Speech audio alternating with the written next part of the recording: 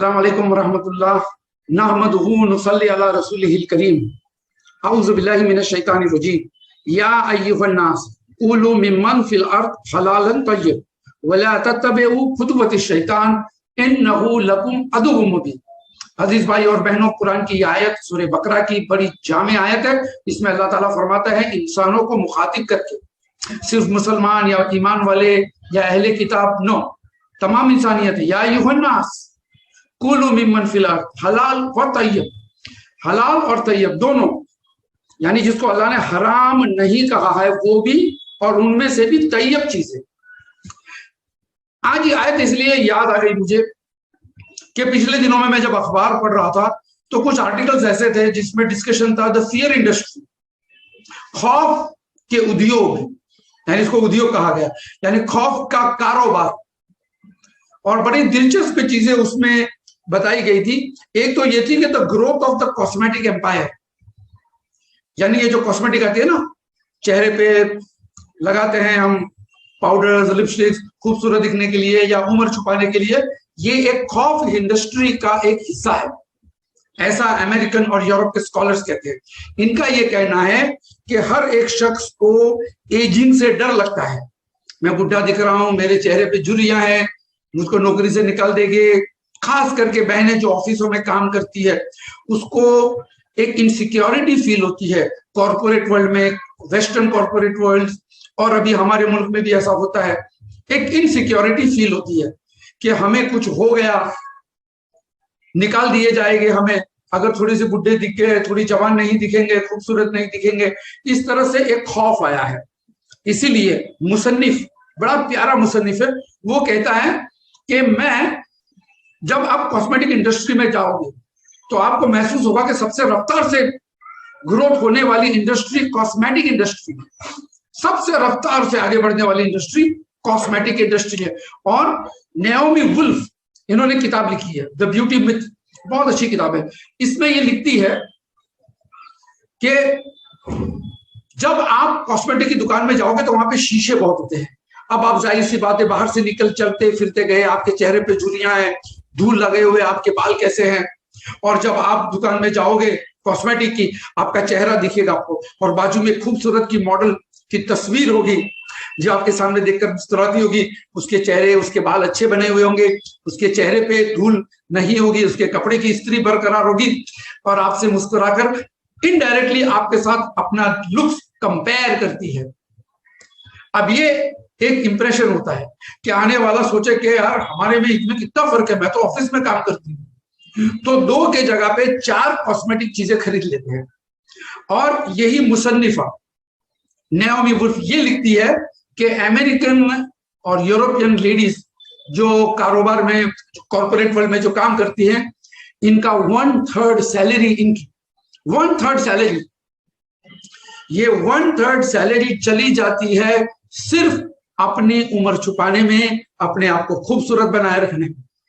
एक खौफ को लोगों ने बिजनेस बना दिया और ऐसे कई किस्म के बिजनेस हमारे जमाने में मार्केट में घूम रहे हैं।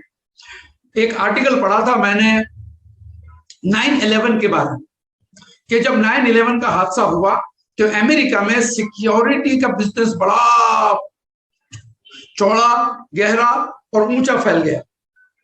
और एक किसान है, किसान फार्मर, ये किसान कहता है कि मेरे वहां इसके सेल्समैन आ गए कि साहब आपकी खेत है, आपके पास 50 एकड़ जमीन है, आपकी खेत को टेररिस्टों से खतरा है और आप हमारे ये माल खरीदिए, ये सिक्योरिटी कैमरा, ये फलानी चीजें, ये डिम की चीजें, पुलिस को फोन हो जाएगा फौरन अगर आपके वहां कुछ अटैक हुआ, कुछ भी हुआ तो आपको ये मदद करे। अब वो किसान हंसकर कहता है कि साहब ये खेत है, 4-25 पेड़ है, इसमें कुछ अनाज उगता है, यहाँ पे कौन आतंकवादी आके बम फेंकेगा, जबरदस्ती से अपना माल मुझे बेचने आते हो। उसे भगा दिया। लेकिन वो कहता है कि बड़ी अजीब चीजें हैं, सोसाइटी के बाहर, दुकानों के बाहर, होटल है, बड़ी बड़ी 5 स्टार होटल है, रेस्टोरेंटों के अंदर भी सिक्योरिटी कैमरा के कोई टेररिस्ट बम रख के न जाए। मैं बम्बई में अगर किसी मॉल में जाता हूँ, आप भी अगर जाओगे तो आपका सिक्योरिटी चेक होता है, जैसे कि लोग बम रखने आ रहे हैं मॉल में, आपका सिक्योरिटी चेक होता है जैसे एयरपोर्ट पे होता है। तो इस किस्म से ये सारे इक्विपमेंट से इनकी दुकानें चलती है, लोगों को डरा कर। लोगों को डराना एक बहुत बड़ा उद्योग बन चुका है। ऐसे कई किस्म के बिजनेस मार्केट में आ चुके हैं जो लोगों के खौफ के ऊपर चलते हैं। आप देखो कैसे आपको डराते हैं। अभी मैंने कॉस्मेटिक का एग्जाम्पल दिया। कॉस्मेटिक के एग्जाम्पल में मैंने क्या बताया कि ये लोग, इनके प्रोडक्ट्स के नाम ही ऐसे होते, skin care, hair care, nail care, care care, यानी आपको एक जहनी तौर पे मसाज करते हैं और आपको उकसाते हैं बड़े प्यार से, बड़े नरमी से कि आप ये माल खरीदो, आपके नाखून अच्छे रहेंगे, आपकी स्किन अच्छी रहेगी। Skin care, hair care, nail care, shoulder care, care care. अब देखिए केयर वर्ड ज्यादा इस्तेमाल करती है कि हम आपका ख्याल रखेंगे, केयर करेंगे, यानी हम आपकी चमड़ी को सिक्योर रखेंगे, सिक्योरिटी का बिजनेस। और इसी डर की वजह से एक नया बिजनेस मार्केट में बड़ी रफ्तार से फैल रहा है, वो है कॉस्मेटिक सर्जरी। कॉस्मेटिक सर्जरी का कारोबार फास्टेस्ट ग्रोइंग मेडिकल स्पेशलिटी, यानी मेडिकल स्पेशलिटी, अलग अलग स्पेशलिटी होती है ना, आंख का ऑपरेशन, दांत का ऑपरेशन, इसको कहते हैं मेडिकल स्पेशलिटी। इन सारी स्पेशलिटियों में सबसे रफ्तार से जो फैल रही है, जो ग्रो हो रही है, वो इंडस्ट्री कॉस्मेटिक सर्जरी। लोगों को अपने होठ एक्ट्रेस के जैसे बनाना है, अपनी नाक लंबी करनी है, अपने चेहरे की झुर्रियां को खींचकर और छोटी करनी है। यानी 60 साल का आदमी 40 साल का दिखना पसंद करता है, 55 साल की औरत 35 साल की उम्र में दिखना पसंद करती है। इस तरह से ये जो डर होता है ना कि हम बुढ़े हो रहे हैं, हमारी नौकरियां चली जाएगी, हमसे कोई शादी नहीं करेगा, ये जो खौफ की इंडस्ट्री है, उस पर लोगों ने कारोबार बनाना शुरू किया है। और इस तरह के कारोबार में ये कारोबार चलते बहुत हैं। अब देख लीजिए इसका फैलाव कितना है। कॉस्मेटिक सर्जरी $400 बिलियन खाली अमेरिका में, $400 बिलियन, कितना बड़ा उद्योग हो गया। उसी तरीके से सिक्योरिटी, आप अपने शहरों में देख लीजिए सिक्योरिटी के कितने सामान बिकते आजकल। 15-20 साल पहले कौन खरीदता था कैमरा सिक्योरिटी का? कोई खरीदता था? एक गुरखा बैठे रहता था सोसाइटी के बाहर। आज हालांकि सिक्योरिटी कैमरा जरूरी हो गया है, लेकिन जिस तरह से उसको बेचा जा रहा है, मार्केटिंग हो रहा है, वो बड़ा एक बिजनेस है। कुछ मैं नहीं कहता हूं कि सिक्योरिटी कैमरा वाले बिजनेस गलत है, मैं कहता हूं अच्छी चीज है, सिक्योरिटी होती है, दुकानों के बाहर चोरी ना हो, सोसाइटियों के बाहर बच्चे किडनैप ना हो, जरूरी है।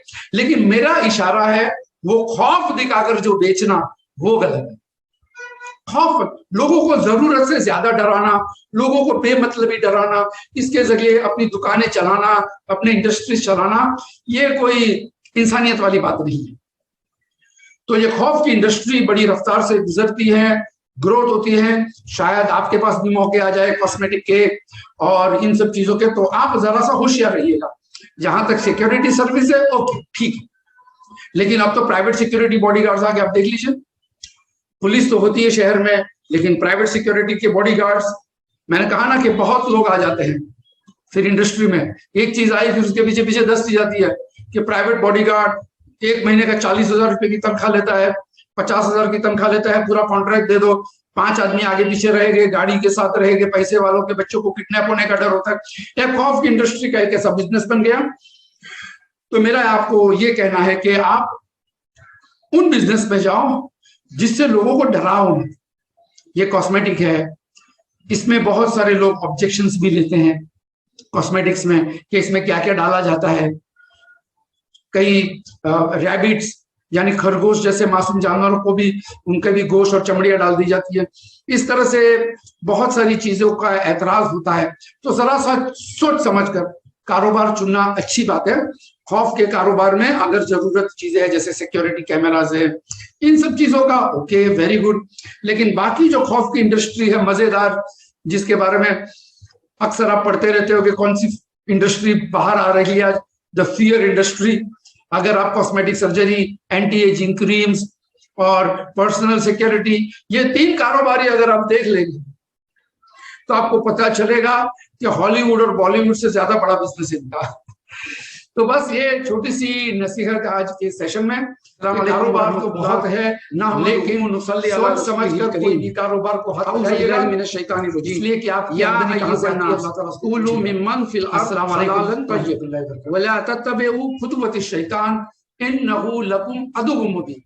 अजीज भाई और बहनों, कुरान की आयत सूरह बकरा। और इसके साथ एक नई industry, the fear industry in entertainment world. अब देखिए, पहले भूत की फिल्में आती थी, भूत की हॉरर स्टोरीज, कभी ड्रैक्युला, कभी इविल स्पिरिट, इस तरह से कुछ फिल्में हॉलीवुड में कभी आती थी, और उन फिल्मों को अक्सर बी ग्रेड फिल्में कही जाती थी। लेकिन धीरे धीरे अब ये खौफनाक फिल्में, मर्डर मिस्ट्री और घोस्ट स्टोरीज, ये किताबें भी आने लगी। स्पेशली नया मार्केट बन चुका है। पहले ओनली फॉर अडल्ट होती थी। ड्रैक्युला या कोई भी फिल्म अगर खौफ वाली है तो लिखा जाता था ओनली फॉर अडल्ट, बच्चों को थिएटर में घुसने की इजाजत नहीं थी। लेकिन अब बच्चों के लिए हॉरर फिल्में बनाई जाती है।